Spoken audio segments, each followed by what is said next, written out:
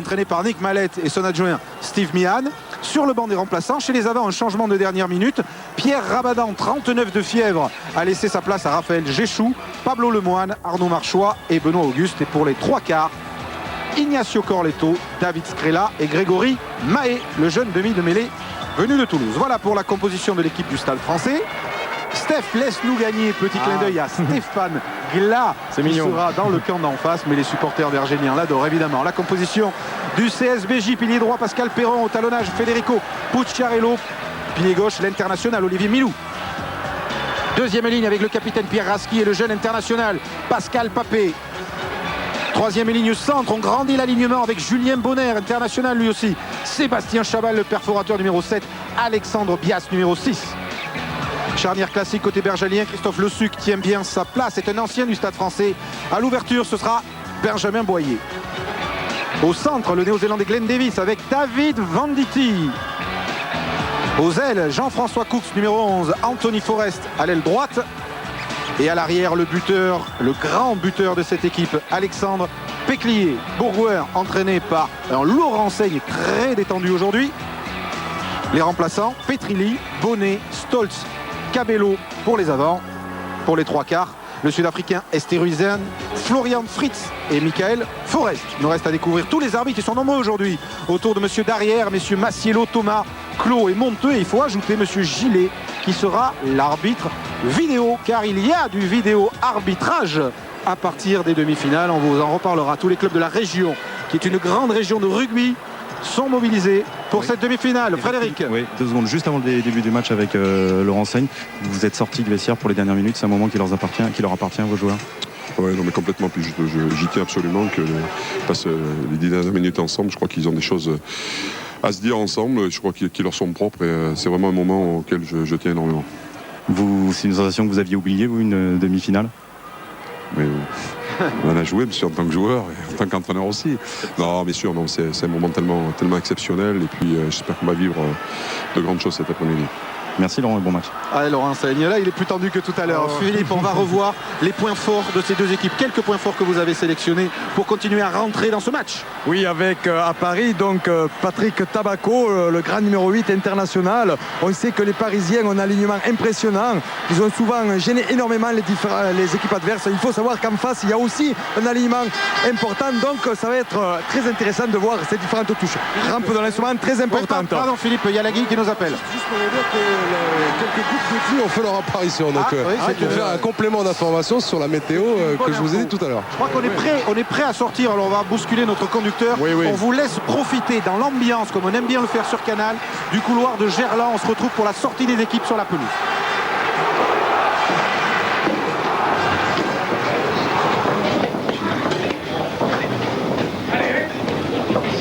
Rien plus vendu, vous allez, Bourgoin joue à droite, donc vous allez à gauche, vous faites un bon match. Bon match à tous, et vous jouez à gauche. Vous rentrez.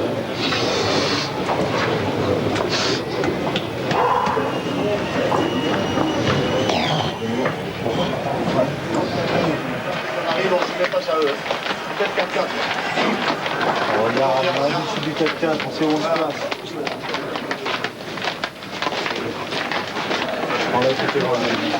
Bon messieurs, allez, faites un bon match. Moi aussi. Allez, bon match.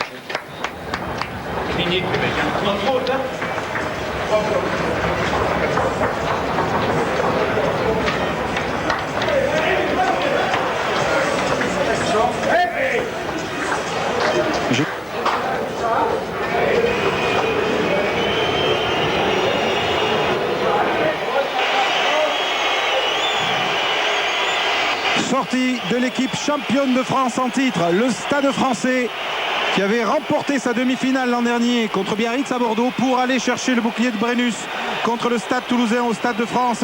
Cela fait bien longtemps, depuis 7 ans, qu'une équipe championne de France en titre ne s'est pas qualifiée pour la finale l'année suivante. Et dans cette demi-finale, Philippe, les outsiders, on peut le dire, ce sont vraiment les Bergaliens. Oui, ce sont les outsiders puisque cette équipe joue contre le Stade français, équipe championne de France en titre. Mais ils jouent aussi un petit peu chez eux, à domicile, on pourrait dire pratiquement, puisqu'il y a énormément de supporters, vous l'entendez certainement. Mais les Bergaliens ont beaucoup aussi d'arguments avec Péclier, avec Papé notamment. Quelle clameur dans les travées de Gerland. On va saluer François Duboissé qui va nous donner une stat à retenir avant le coup d'envoi de cette première demi-finale. Salut François. Salut Eric, salut à tous. Une stat à retenir évidemment, elle concerne Alex Péclier, le meilleur buteur du championnat à l'heure actuelle. 76% de réussite, 78 même exactement de réussite au tir au but, c'est le meilleur de la saison. C'est environ 8 sur 10 à chaque sortie. Ce sera une donnée importante de ce match sous les ordres de monsieur Darrière. Les 30 titulaires de cette première demi-finale du top 16. Demain à Montpellier, Toulouse, Perpignan. Ça vaudra le coup d'œil évidemment. Aujourd'hui à Lyon, à Stade Gerland, Stade français, Bourgoin. Ok. Le coup d'envoi de cette demi-finale va être donné par les Parisiens et leur demi d'ouverture, Diego Dominguez, qui joue sa dernière saison.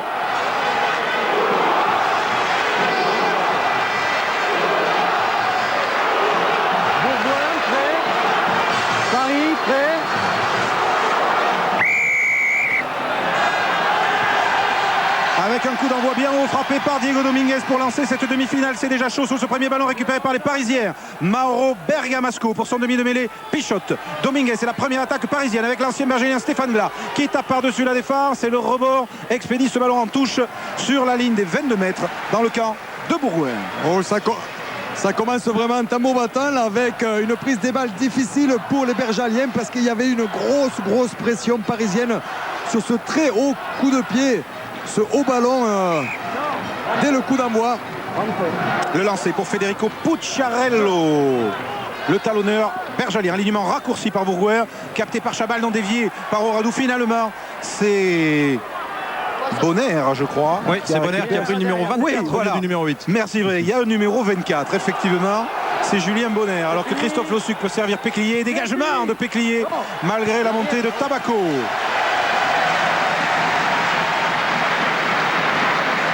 Alexandre Péclier à tout mettre. On voulait vous montrer dans l'avant-match, on n'a pas eu le temps parce qu'il y a eu tellement de choses. Une pénalité de 60 mètres qu'il avait réussi il y a une quinzaine de jours contre Perpignan. Il faut donc préciser que les Parisiens ne devront pas faire de faute trop près des buts bergaliens. Quand je dis trop près, c'est-à-dire à moins de 60 mètres. Oui, à moins de 60 mètres, d'autant qu'on joue ici à Gerland que le terrain n'est pas des plus longs dans ces phases finales. Et dans le championnat de rugby. Allez, lance Mathieu Blain, c'est pas droit, c'est en fond de touche gagné par Bias avec un premier ballon perdu par les Parisiens sur leur propre lancée. Allez, on chargera côté bergalien, c'était Chabal. Lossuc cherche à écarter, il est gêné par les Parisiens. En avant ici. Mêlée, non monsieur. Oui, Eric, il va y avoir un combat certainement. Un combat. Parce qu'on sait les Bergaliens très forts chez eux, notamment ils sont pas très loin. On peut se dire qu'à l'extérieur ils n'y arrivaient pas trop à s'engager complètement. Chez eux ils le font. Et je sais qu'ils doivent s'engager complètement s'ils veulent déclasser les Parisiens. Sur ce coup de pied à suivre de Pichotte. Avec ce stade de Gerland qui effectivement ressemble à un Pierre Rajon agrandi aujourd'hui. Touche trouvée par Péclier. La touche aussi, l'une des données tactiques essentielles de ce match. On connaît les vertus de l'alignement parisien, y compris sur lancer adverse. Lancer Mathieu Blain, alignement complet. Ah mais Bergaliens ont agrandi l'alignement aussi. Mike James Lobé, deuxième erreur sur un lancer parisien. Récupération Alexandre Bias pour Bourgoin. Mais elle est ouverte. Lossuc peut écarter sur Venditti. Allez, premier ballon au large. Glenn Davis à suivre. Et ballon qui va sortir en touche dans les 40 mètres parisiens. Pour l'instant, la touche du Stade français a du mal à se régler. Oui, ils ont du mal parce qu'en face, il y a une troisième ligne avec de grands joueurs aussi, avec bien sûr l'international, le nouvel international Julien Bonner, mais aussi avec Sébastien Chabal ou Alexandre Bias. Sans parler bien sûr de Pascal Papé, donc ça fait un alignement qui a des arguments aussi. Mais on voit les équipes qui s'engagent physiquement, mais qui ne sont pas encore prêts à donner beaucoup de ballons, à se faire beaucoup de passes. Troisième lancé parisien, cette fois il est détourné par Patrick Tabaco. James. Il aura fallu 3 touches pour régler la visée de Mathieu Blain et de ses sauteurs.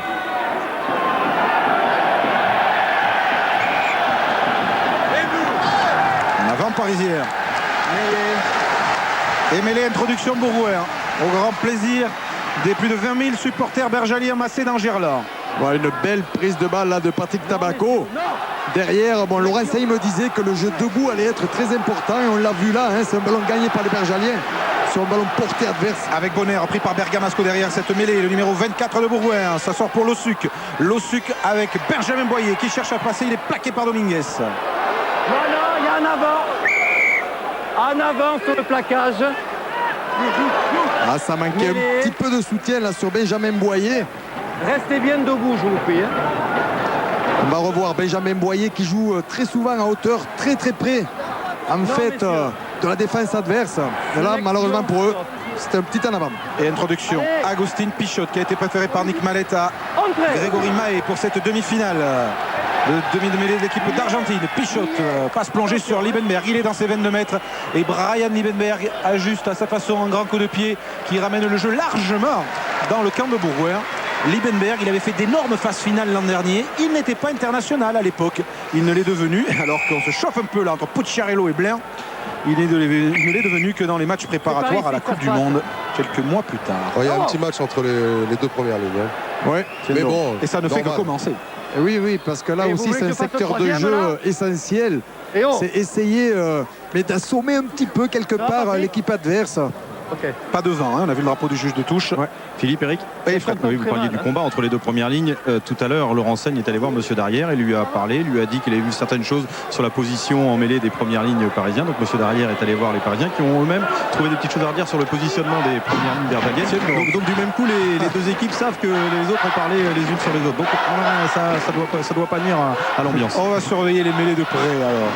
Lancé Federico Pucciarello, ancien talonneur de Narbonne, passé par Gloucester en Angleterre et rapatrié à Bourgoin par Laurent Seigne et Philippe Saint-André, que l'on n'oubliera pas, le manager de début de saison qui a été limogé par le président en cours de saison et qui est aussi pour quelque chose dans la réussite de cette équipe bergalienne avec le joli crochet de Pascal Perrault, le pilier droit de Bourgoin.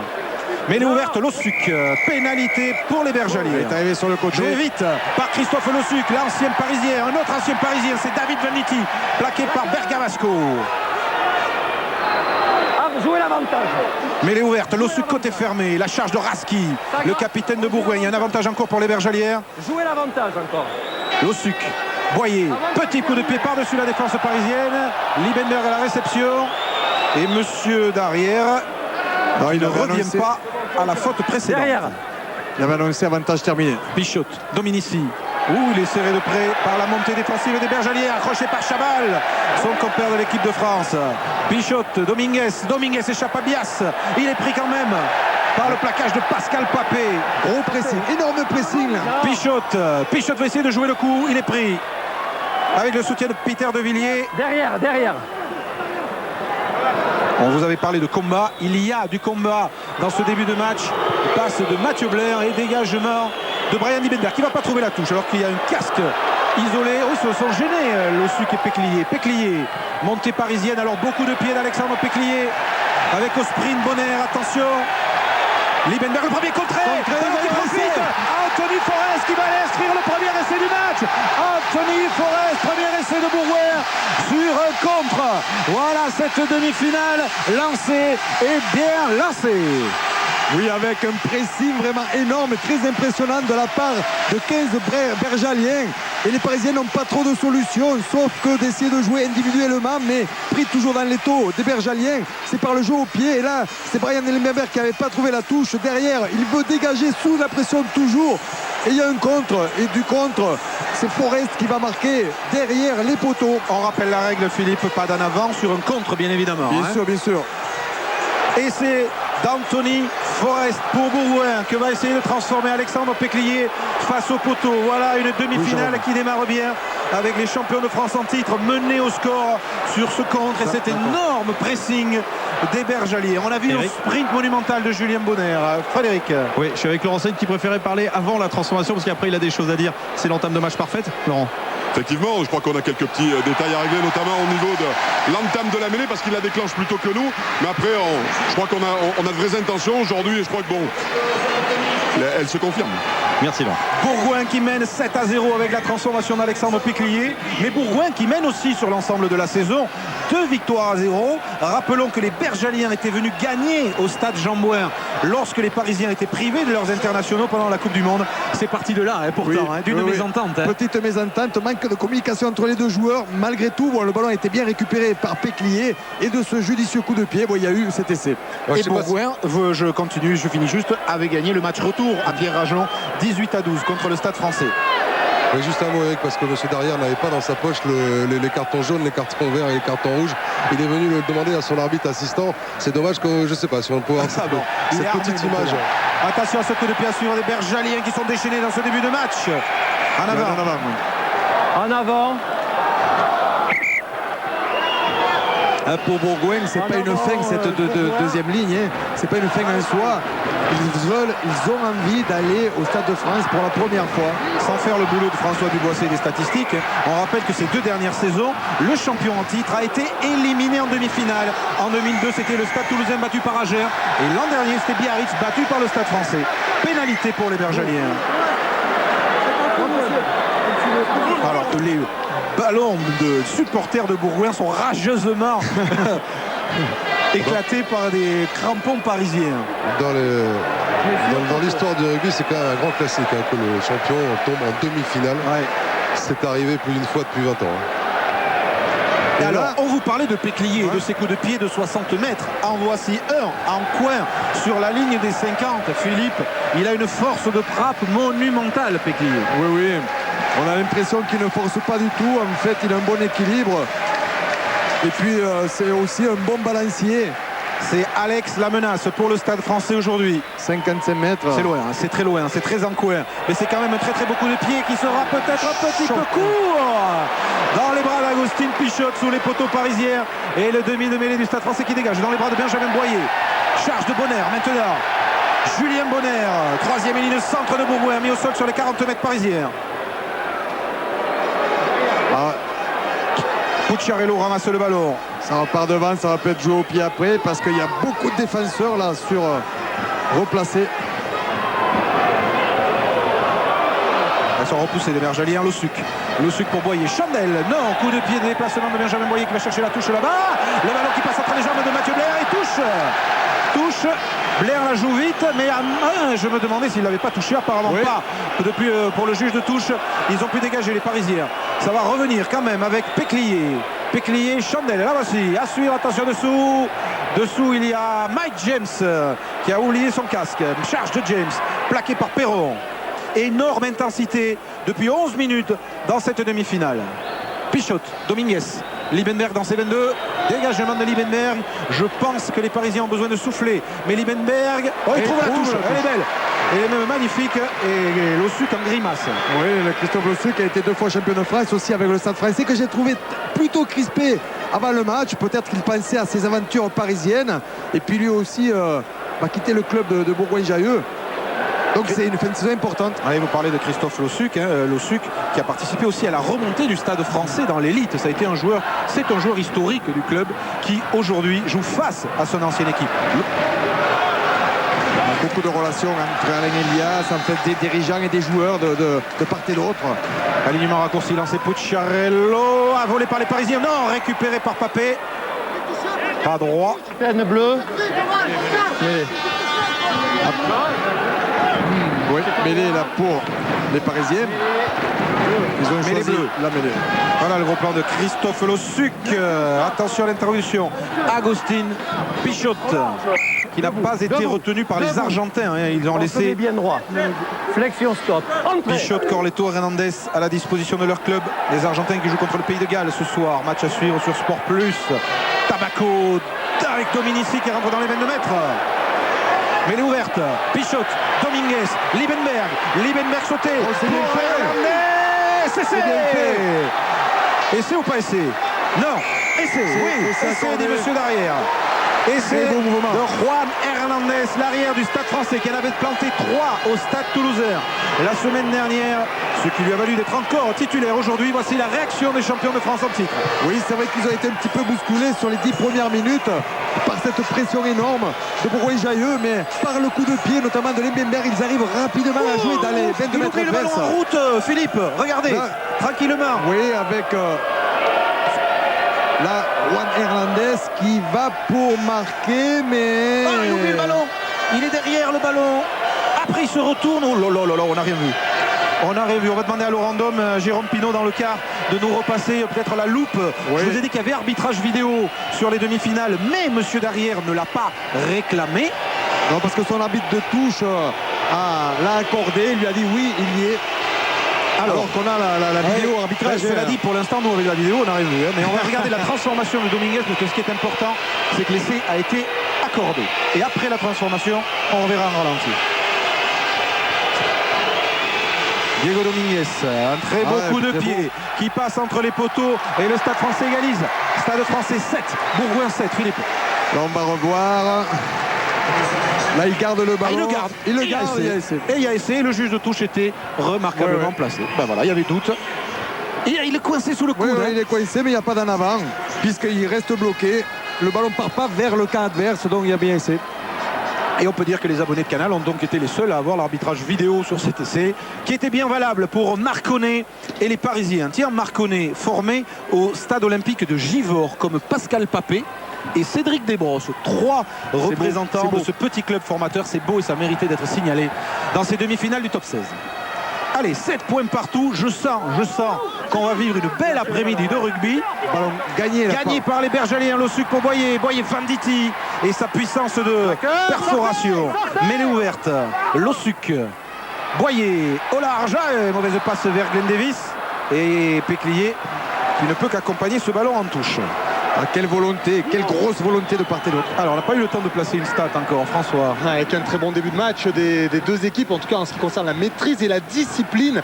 Un peu plus d'un quart d'heure de jeu, 2 pénalités seulement pour le Stade français, 0-0 pour Bourgoin, donc aucune faute et aucune bien sûr tentative de pénalité. Merci, on a aperçu Jonazo Bernard Laporte qui donneront demain soir à Montpellier la liste de l'équipe de France des joueurs retenus pour la tournée aux États-Unis et au Canada. Et le deuxième test des Français, Canada-France, vous le suivrez le 10 juillet en direct sur Canal. Et encore une fois, on sollicite le pied droit de Brian Liebenberg qui ramène les Bergaliens dans leur camp. Alors, cette fois-ci, il ne s'est pas gêné de trouver la touche, parce que c'est sur le premier mouvement où ils ont pris cet essai là, tout à l'heure qu'il avait un petit peu raté son coup de pied parce qu'il visait la touche, ça c'est sûr. Et on avait repris la pression derrière. On avait eu Joe Mazo dans les tribunes faire un geste. En fait, j'ai remarqué, c'est demander aux joueurs en fait, de dire mettez-vous plus profond. Parce que la passe, c'est vrai qu'elle était derrière, mais les joueurs étaient vraiment très très à hauteur. On a dépassé le premier quart d'heure dans cette demi-finale. Égalité entre le Stade français et Bourgoin. Ballon récupéré par Bonner avec le soutien de son capitaine Pierre Rasky. Lossuc, Boyer dans ses 22 et dégagement de Benjamin Boyer qui fait une très très belle saison à l'ouverture. Et Boyer, Péclier sont des noms que l'on pourrait retrouver demain sur cette fameuse liste, comme Julien Bonner, Pascal Papé évidemment, à moins que Pascal Papé qui a fait la Coupe du Monde soit laissé au repos. Le voici, Pascal Papé, grand chelem pour ses premières sélections. Il n'a pas fait la Coupe du Monde, Pascal Papé, je dis une bêtise. Il a fait le tournoi des Nations et grand chelem à la clé. Ballon capté par Tabaco, relais de Blair, Dominici.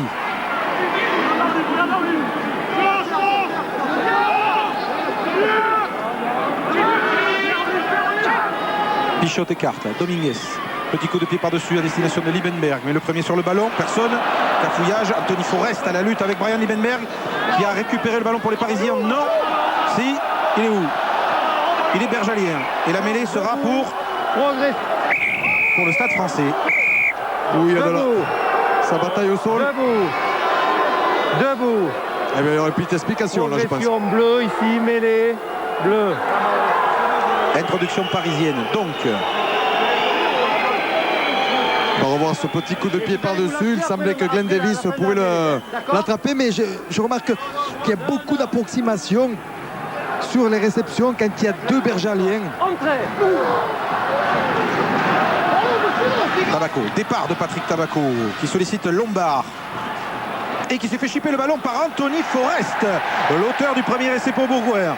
Récupération bergelienne de Donk et coup de pied à suivre de Christophe Le Suc avec le sprint. Attention d'Alexandre Bias, le troisième ligne, le plus rapide du championnat à la lutte avec Hernandez qui en bon argentaire tacle ce ballon en touche. Juan Hernandez.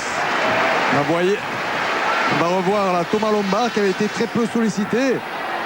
Et quelle belle défense là de Anthony Forest. En fait, il n'a visé que le ballon. Il prend une pression de haut en bas, il a réussi à le récupérer, ce qui a mené pratiquement sur ce contre un essai. Vous voyez, les Bergaliens qui sont revenus juste à 5 petits mètres de la ligne de Paris. Voilà une belle touche pour Bourgoin, lancé Federico Pucciarello.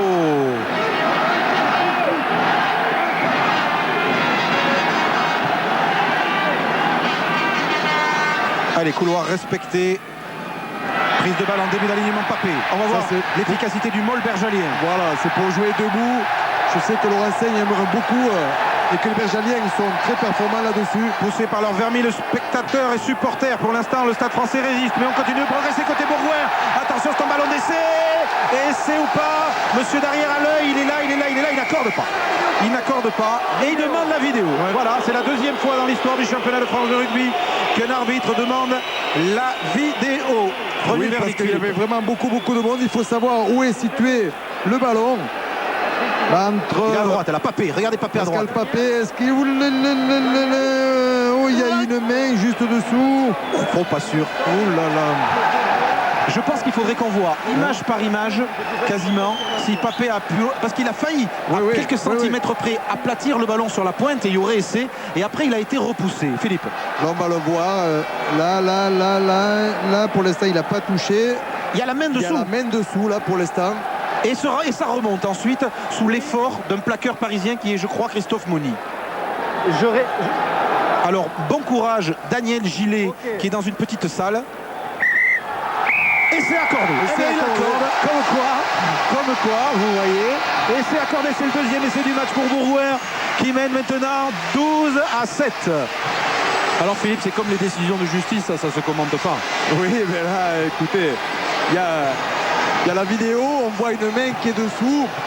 C'est la main de Pascal Papé, c'est la sienne. Hein. C'est sa main, mais bon, il faut faire une pression du ballon vers le sol.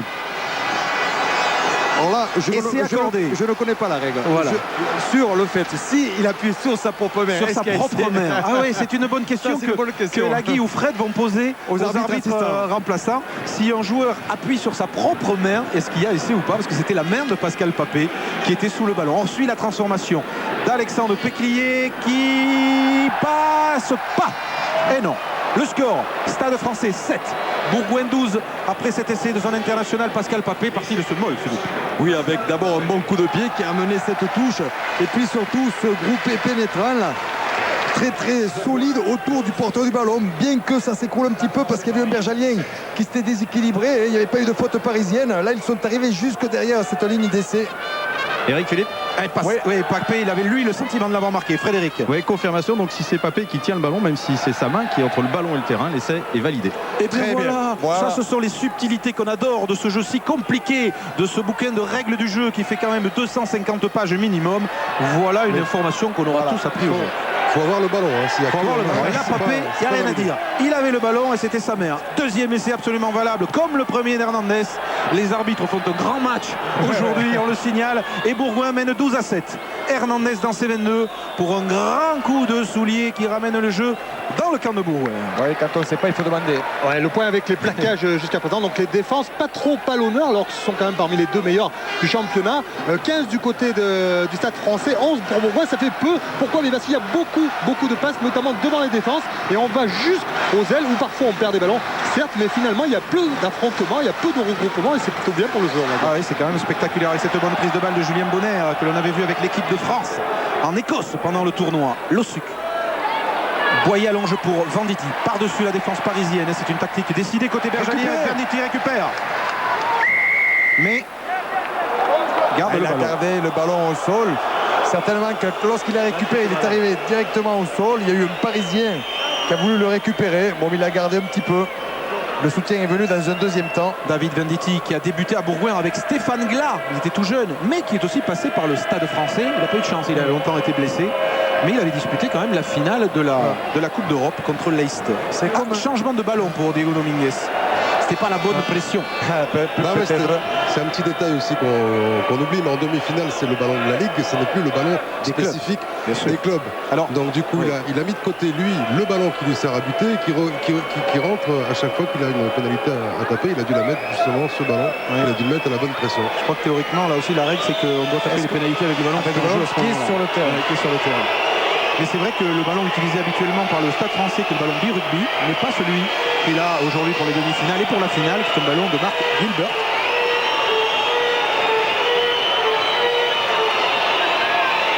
Dominguez, le doyen du championnat et de ses phases finales. Long coup de pied de Diego Dominguez qui frôle le poteau. À côté, on en reste à 12 à 7. Et le Stade français mené par Bourgoin, le Stade français qui, dans son histoire récente, n'a jamais perdu en demi-finale sous l'œil de Jean-Pierre Lux, le président de la Coupe d'Europe et le président de la commission sportive. Serge Manco, à droite il y a Pierre Martinet, il y a Serge Kampf aussi. Marco Cessillon un petit peu au-dessus. J'ai pas aperçu Oui, Marco oui, Cessillon, sa carrière. la légende bergalienne. Attention, Il a 2 places à lui toucher. Lombard pour Hernandez. Hernandez repris par Davis, a trouvé Lombard au soutien, plaqué par Bias. Il est toujours dangereux, Juan Hernandez. Retenez bien son nom. Oradou. Hernandez encore, tape à suivre par-dessus la défense de Bourgoin. Venditti, Davis sous la pression de Mauro Bergamasco et de Dominici. Non, sortez, le bras. Le ballon est pour Bourgoin. Voilà, sortez, noir. Bleu, sortez. Lossuc va pouvoir alerter Péclier. De la prévention de monsieur l'arbitre.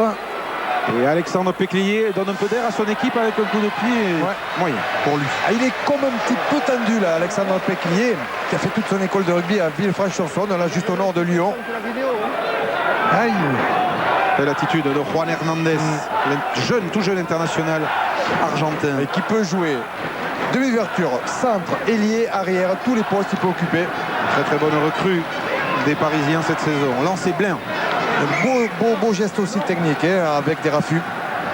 Ok, jeu. Oradou en fond. David Oradou. Pichotte, non. Apparemment c'était pas droit. C'est pas droit, c'est pas... Ah oui, je vous confirme, je suis pile dans l'alignement, il n'était pas droit du tout. Ah oui, l'action s'est poursuivie, mais monsieur Darrière bleu. avait sifflé. Les joueurs sont dans le match parce qu'ils continuaient à jouer alors que monsieur l'arbitre avait sifflé. Pierre Raski avec Péclier, seul rescapé de la finale 97 perdue par les Bergaliens contre le Stade Toulousain. Jeune oublieur, Stéphane Glas. Oui, mais c'était une triste finale pour Stéphane Glas qui s'était blessé à la clavicule au début de match. Entrez. Restez liés. C'est le pack parisien qui a été pénalisé. Lossuc a joué vite. Christophe Lossuc. Bien joué, le passe de Lossuc pour le débordement d'Anthony Forest qui avait échappé. Amoni, Forest, il a mis le pied en touche. Il a mis le pied en touche. Que c'est bien joué. Cette passe là sous les bras. Passage de bras là du demi-mêlée. Christophe Lossuc.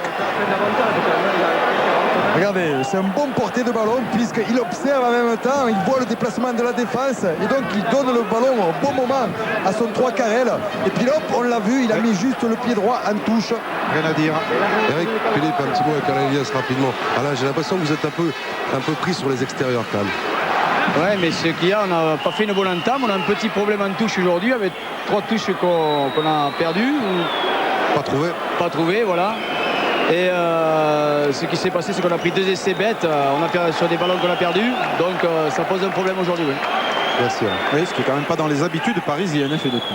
Oui, c'est vrai, mais là, ils ont du beau monde aussi en face. Avec Pascal Papé, Pierre Raski. C'est une 3e ligne très haute. La Bias, Chabal, Bonner. Bon match du quintet arbitral aujourd'hui. Ouais. Ils sont 6 en tout. Non. Pas de faute. Pas de faute. Allez, lancé Pucciarello. 12 à 7 pour les Bergaliens. On approche de la demi-heure de jeu dans cette première demi-finale. Capté par Sébastien Chabal en début d'alignement. Chabal qui rejoindra le championnat d'Angleterre la saison prochaine. Et Sale, lui aussi est devenu comme Milou, Papé ou Bonner international sous les couleurs de Bourgoin. Et Stéphane Glas aussi, bien sûr. Lossuc, Boyer, Chandelle de Benjamin Boyer qui est monté très haut dans le ciel de Gerland. Dessous il y aura Hernandez, impeccable, Juan Hernandez qui se défait du plaquage en plus et qui contre-attaque avec un coup de pied à suivre. Cooks en repli qui laisse échapper le ballon. Cooks face à Hernandez préfère expédier à Boyer et dégagement de Benjamin Boyer. Applaudissements soulagés du public bergalien. Alors on va faire un petit coup d'œil sur la tactique employée, la tactique au pied notamment des Bergaliens, et aussi sur ce moment que ça va plus paraître, eh bien, ils jouent beaucoup court, ils jouent beaucoup en haut comme on l'a vu sur cette chandelle. Regardez, chandelle 3, déjà jeu court 3, bien, ça veut dire qu'il faut faire reculer cette défense qui est très agressive, celle du Stade Français, la faire reculer. Le jeu court et les chandelles bien sûr sont utiles dans ces cas. C'est sur cette défense de fer que le Stade Français avait battu son succès l'an dernier, mais encore une fois un lancer de Blain gagné par les Bergaliens et par Bonner. Ce sont les Bergaliens qui dament le pion en touche aux Parisiens dans cette première période. Lossu côté fermé avec la charge de sa balle passée et poussée surtout en touche. Eric, sur ces ballons portés très près, Laurent Saigne voudrait que ces joueurs viennent plus s'étayer sur les extérieurs pour immédiatement amorcer le mouvement. Il trouve que pour le moment, ils sont un petit peu trop passifs dans le soutien, les Bergaliens. Et pourtant, ils ont des super bons ballons en touche. Oui, c'est vrai. Ils arrivent à jouer dans les, plutôt en début d'alignement pour essayer de mettre en place du jeu ensuite debout. Capté cette fois par Tabaco. C'était propre. Ok. Le molle parisien. Légèrement dans le camp du Stade Français qui est mené de 5 points alors que l'on approche de la demi-heure de jeu. Qui n'avait pas trop joué comme ça aussi, un groupé pénétrant. Il y a un joueur qui est passé devant. C'est Dominici qui est montré du doigt par Monsieur Darrière. Pénalité pour Bourgoin. Vous allez. Et les Parisiens en difficulté, eux qui restent sur un beau succès la semaine dernière, 49-17 face au Stade Toulousain, un succès indispensable pour leur qualification face à des Toulousains déjà qualifiés. Tiens, il y a un petit arrêt de jeu. On va profiter pour faire le point sur les infirmeries, pour vous dire qu'à Bourgoin, tout le monde est sur le pont, il n'y a pas de blessés, mais qu'il y a 3 absents côté parisien. Rémi Martin, saison terminée pour cause d'hernie discale. Raphaël Poulain, l'ailier, élongation. Et Rabadan, fiévreux, qui devait être remplaçant et qui a déclaré forfait avant le match. Et par cette blessure là, de Rémi Martin, c'est vrai que les Parisiens jouent un rugby sensiblement différent aujourd'hui par rapport à cet hiver. Ils jouent un petit peu moins en pénétration après le numéro 10 avec donc ce joueur là qui est une force, qui est très performant. Et puis ils jouent davantage au départ pour faire une allusion de jouer au ras, et puis il y a des redoublés, ils jouent sur de longues passes vers l'extérieur. Et ça avait payé évidemment le week-end dernier énormément, et puis sur les différents matchs aussi de play-off.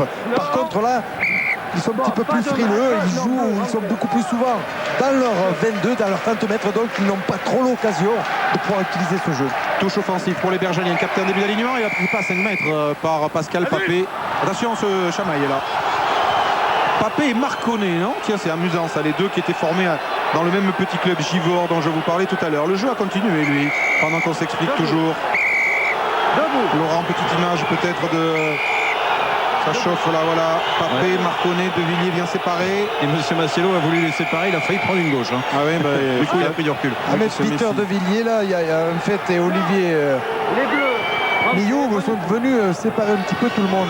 Rapport du juge de touche, qui est M. Massiello. Le 5 bleu ciel vient provoquer le 1 bleu marine. Je l'avertis oralement. Les avertis. Bon, après il faut chamailler un petit peu, mais pour moi c'est le 5 bleu ciel qui commence. Okay, et appelle aussi le 1 bleu marine. Alors, entre anciens pensionnaires du stade olympique de Givors, on va se calmer. Vous venez dans les 5 mètres récupérer la ballon. Bon, et après vous n'acceptez pas là, de vous faire un peu bousculer. Ça se chacaille des deux côtés. Donc je vais mettre une pénalité contre vous parce que vous êtes à l'initiative. Je vous demande une chose. Non, je vous demande une chose. C'est de la discipline, s'il vous plaît. De la discipline et plus ce genre de geste. D'accord? Merci. Alors, il remet de l'ordre, mais quand même un petit contentieux. Papé. On demandera à Philippe Guillard de nous dire la différence entre chamailler et chacailler. Mais... demain dans le centre technique. C'est moi 24 heures. Tiens, demain, jour de rugby à 11h50 comme d'habitude, en direct de Montpellier, où se déroulera demain évidemment l'autre demi-finale à partir de 17h15, Toulouse-Perpignan. Moi, ce que je vois, c'est qu'ils font de la bonne formation au Givors. Ah oui, à tous les niveaux. Je plaisante. Alors. De l'ordre. Non, debout. Bon, j'ai dit de l'ordre. De l'ordre. Monsieur Darrière élève le ton. Ouais. Oh mais ça passe bien. Hein. C'est un ton qui passe bien. Et Jobal Tabaco, vous savez qu'il préside des corridas à Dax. C'est un aficionado et il sait prendre des décisions importantes, pas que lorsqu'il arbitre. Et Eric, le renseigne a bien lu les lancers parisiens parce qu'il l'avait annoncé juste après le lancer, il avait annoncé ce sera au milieu, mais ces joueurs n'ont pas écouté. Je pense que le renseigne a décrypté les lancers. Bon groupé pénétrant avec cette attaque de Liebenberg maintenant qui s'engage vite. Bon plaquage de Boyer, soutien de Marconnet maintenant qui bute sur Venditti. Les Parisiens dans les 22 mètres de Bourgoin. Mêlée ouverte, Pichot, Dominguez, Bergamasco pour Thomas Lombard. Accélération de Thomas Lombard qui résiste au plaquage. Il est seul face à 3 Bergelières, il est stoppé juste avant la ligne. Belle défense de Bourgoin, le ballon va ressortir pour Agustin Pichot, difficilement. Occasion d'essai pour le Stade français. Si le ballon sort, c'est fait. Pichot, Liebenberg au large. Blair. Monumental de Chabal. Monsieur Cartouche, Sébastien Chabal. Le public de Bourgoin en a rugi. Récupération. Et ballon poussé du pied par Glenn Davis. Sprint de Bergelière contre 4 Parisiens avec Anthony Forest maintenant qui se couche. Et non, faute. Faute de qui? Monsieur Darrière voit, je crois, le Bergalien qui a plongé et il est pénalisé. Alors que c'est Stéphane Glas, non, ça ne peut pas aller être méchant avec Glas et Boyer qui se connaissent. Quel contre de Bourgoin, quel énorme caramel distribué par Sébastien Chabal. Et pour Anthony Forest, en fait, il fait faute, mais c'est involontaire. Hein. C'est parce qu'il voit le ballon traîner et il se dit qu'il va plonger le premier pour le récupérer. Alors, énorme ambiance maintenant dans le stade de Gerland. Les supporters de Bourgoin sont déchaînés. Mais quelle cartouche. Sébastien Chabal, je me rappelle que Philippe il avait anticipé, il était déjà droit sur Domenici. Il a fait faire un bond de 3 mètres en arrière. Ça va être mieux sur la loupe, Philippe. Là, c'était égoïste de Chabal. N'est-ce pas, Philippe Guillard? Numéro 7. C'était le numéro 7, là. Ils se connaissent bien. Ils étaient ensemble à la Coupe du Monde en équipe de France. Chabal et Dominici. Dominici connaissait les plaquages de Chabal. Et il les connaît mieux maintenant. Allez, attention, lancé Blair. Ça, c'est bon pour les écoles de rugby. Déviation Moni, Marconnet, Pichot, Dominguez. Le Stade français toujours mené avec Brian Liebenberg. Bien une combinaison avec Dominguez. Glas. Stéphane Glas maintenant. Accélération de Glas. Hernandez feinte sur l'extérieur. Dominici pris par 3 Bergelières. Mêlée ouverte. Et le ballon qui ressort pour Glas. Avec l'appui de Marconnet, Dominguez en position de demi-mêlée, Dominguez, Pichot, Bergamasco, non, Pichot, Liebenberg, Brian Liebenberg échappe à un plaquage, pris par Bonner, dans les 22 mètres de Bourgoin. Grosse pression des Parisiens qui perdent le ballon, mais qui vont bénéficier de la pénalité face au poteau. À 5 minutes de la fin de cette première période. Chabal furieux. Ouais, je pense qu'il y a des Bergeliens qui ont essayé peut-être de récupérer le ballon alors qu'il pleut. Pas le droit. Ça y est, il se met à pleuvoir. Il pleut là, non? Ce sont de grosses gouttes. Ah oui, parce qu'on les entend vibrer sur le toit de Gerland. Ce sont des grosses gouttes. On annonce la météo étant orageux cet après-midi sur Bourgoin. Sans écoute à la dimension de Chabal. Ne relâche pas le ballon. D'accord, très bien, merci. C'est-à-dire qu'il faut éviter de les prendre sur la tête. Allez, on ne discute pas avec monsieur Darrière. Et pénalité pour Dominguez face au poteau, alors que la pluie peut changer évidemment un peu les conditions du match. Alors qu'on va revoir Brian Liebenberg qui avait réussi à prendre un intervalle. Puis ensuite, il est là. Il protège son ballon. C'est de la grêle, non, qui tombe, protège son ballon. Non, c'est de l'eau. C'est de la grêle mouillée, ouais. D'accord. Les grosses gouttes, c'est bizarre. C'est une particularité. Nous, on ne sait pas, en même temps, on est à l'abri. Non, mais c'est une pluie très spécifique. Oui, mais ça tombe bien, hein. Qui doit être assez réputée dans le coin, mais que nous, Parisiens, on ne connaît pas. Voilà. Alors Diego Dominguez pour réduire le score. Le Stade français champion de France en titre, mené de 5 points, 12-7 par une belle équipe de Bourgoin qui fut la première à se qualifier pour les playoffs dans cette première partie de la saison. Ça passe. Stade français 10, Bourgoin 12, plus que 2 points. Alors que le maire de Paris a fait le déplacement. Il est tout près du président lyonnais. Et il y a des supporters parisiens aussi. Dans la tribune Jean Bouin, juste en face de nous. Oui, bien nommé pour les Parisiens, qui ont évidemment vendu beaucoup moins de places que au Bourgoin pour cette demi-finale. Mais ils sont habitués, les Parisiens, à jouer sur des terrains, je ne vais pas dire hostiles, mais en tout cas où le public est acquis à la cause de leur adversaire. Allez, on demande un ballon. C'est vrai que c'est important. François. Ouais, juste pour vous montrer quand même un chiffre assez étonnant, on l'a pas vu souvent, je pense qu'on l'a même jamais vu cette année sur le canal. Regardez le nombre de touches perdues par le Stade français, 4 au total, généralement c'est plutôt l'inverse. Aujourd'hui les Parisiens sont contrés en touche, c'est net. Et cela pourrait être à la fin pour l'analyse une donnée essentielle de ce match. Moni relâche le ballon, pas d'en avant, récupération Bourgoin, Forest, attaqué par Dominguez. Oui, il avait voulu taper un petit coup de pied rasant. Lombard, Tabaco, sous la pluie toujours. Dominguez vient suppléer Pichot. Pichot, Liebenberg, feinte de passe pour embarquer Bonner. Bien joué de la part de Brian Liebenberg, accroché par Bias. Parce que Bonner était monté Pénalité sur pour le pied droit. Bourgoin. Elle est à moins de 40 mètres, elle est à 35 mètres face au poteau parisien. Allez. En fait, sur cette montée très agressive de Bonner, sur le pied droit de Liebenberg, il a gardé le ballon et puis le soutien parisien est arrivé un petit peu en retard. Il garde le ballon, il y a pénalité, c'est normal. Voilà, ne discutons pas. Et Pierre Rasky, le capitaine de Bourgoin, qui demande évidemment à son buteur Alexandre Péclier de la tenter.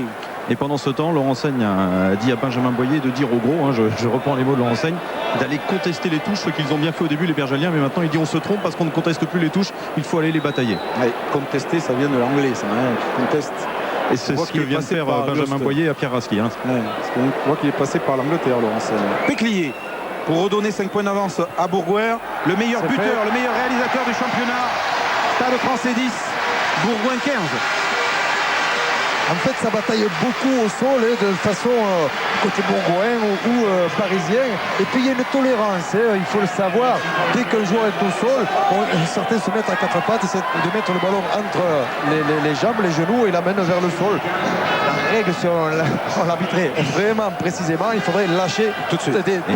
Et c'est pour le spectacle, un petit peu, c'est vrai. Frédéric. Ouais, je suis avec Laurent Saigne, c'était important de prendre un peu de points parce qu'on sent que Paris est en train petit à petit d'arriver à se défaire de la pression que vous leur mettez. Bah, écoutez, je pense que c'est vrai qu'il est toujours de toute façon très important de prendre les points. Après, au niveau de la touche, on est, je pense, pas trop mal en place. Après, simplement, je pense qu'en début de match, on était plus ambitieux dans la volonté de vouloir la défendre. Et je crois qu'à partir de... Excusez-moi là. Dominici. À partir de maintenant, on la leur laisse un petit peu trop systématiquement. Et je crois que c'est pas la solution quand t'es parisien. Il est perturbé là, Laurent Saigne, forcément par cette offensive parisienne qui est dans les 22 mètres maintenant avec Brian Liebenberg, stoppé par Glenn Davis et par un autre plaquage aussi. Chabal encore. Pichot écarte sur Dominici, en position de demi-ouverture avec Mike James, le deuxième ligne canadien. Et pénalité, indique monsieur Darrière, pour un probable hors-jeu de ligne des Bergaliens, alors que l'on est dans les arrêts de jeu de cette première période. C'est sur l'action précédente, juste. Pas sur le renversement des Parisiens. Vous ne vous repliez pas. On peut jouer à la touche. Oui. On peut jouer la touche, a demandé Dominguez. Oui, a répondu Darrière, mais non. A dit monsieur Oradou, qui veut que son buteur tente la pénalité. Diego Dominguez, qui a eu des adieux émouvants à Jean-Bouin la semaine dernière pour son dernier match devant son public. Alors que l'on revoit la belle Terra de Juan Fernandez pour Dominici. Voilà, et puis des joueurs bergaliens qui ont glissé par la suite. C'est vrai que cette pluie, peut-être avec des crampons courts qui ont été utilisés sur le premier acte, peut-être qu'ils changeront les crampons pour le deuxième acte. Parce que cette pluie ne permet pas d'avoir les mêmes appuis. Je crois que ça a dû s'arrêter là, il doit plus pleuvoir. Dominguez, l'écart qui reste à 5 points, 2 points, 5 points. Demi-finale ô combien indécise dans ce magnifique stade de Gerland où l'Olympique Lyonnais a conquis il y a quelques semaines son 3e titre de champion de France consécutif, et les champions de France de rugby, eux, réduisent le score sur cette pénalité de Diego Dominguez. Stade Français 13, Bourgoin 15. Il ne faut pas faire de faute, que ce soit avec Diego Dominguez ou avec Alexandre Péclier. On parlait des footballeurs lyonnais, Philippe, coup de chapeau aux rugbymen lyonnais qui ont terminé 3e de la Pro D2, qui ont été éliminés en demi-finale par Auch. Ils étaient tout près de l'accession dans le top 16. Et pour tous les amateurs de rugby, ce soir sur Sport Plus à 19h15, la finale de la Pro D2 entre l'Aviron Bayonnais et Auch, deux équipes assurées d'être dans le top 16 la saison prochaine. Ce match pour le titre de champion de Pro D2 et qui sera suivi par Argentine-Galles.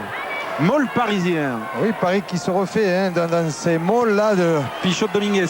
Dominici à suivre. Coup de pied rasant de Christophe Dominici que Cooks laisse à Bonner. Pour Péclier. Et l'arrière bergalière expédie le ballon dans les tribunes. Oui, au-delà des 50 mètres.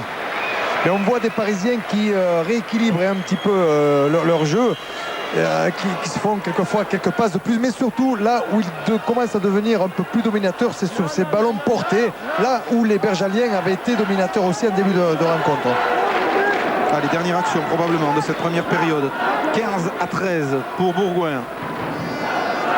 Lancé de Blain, capté par James.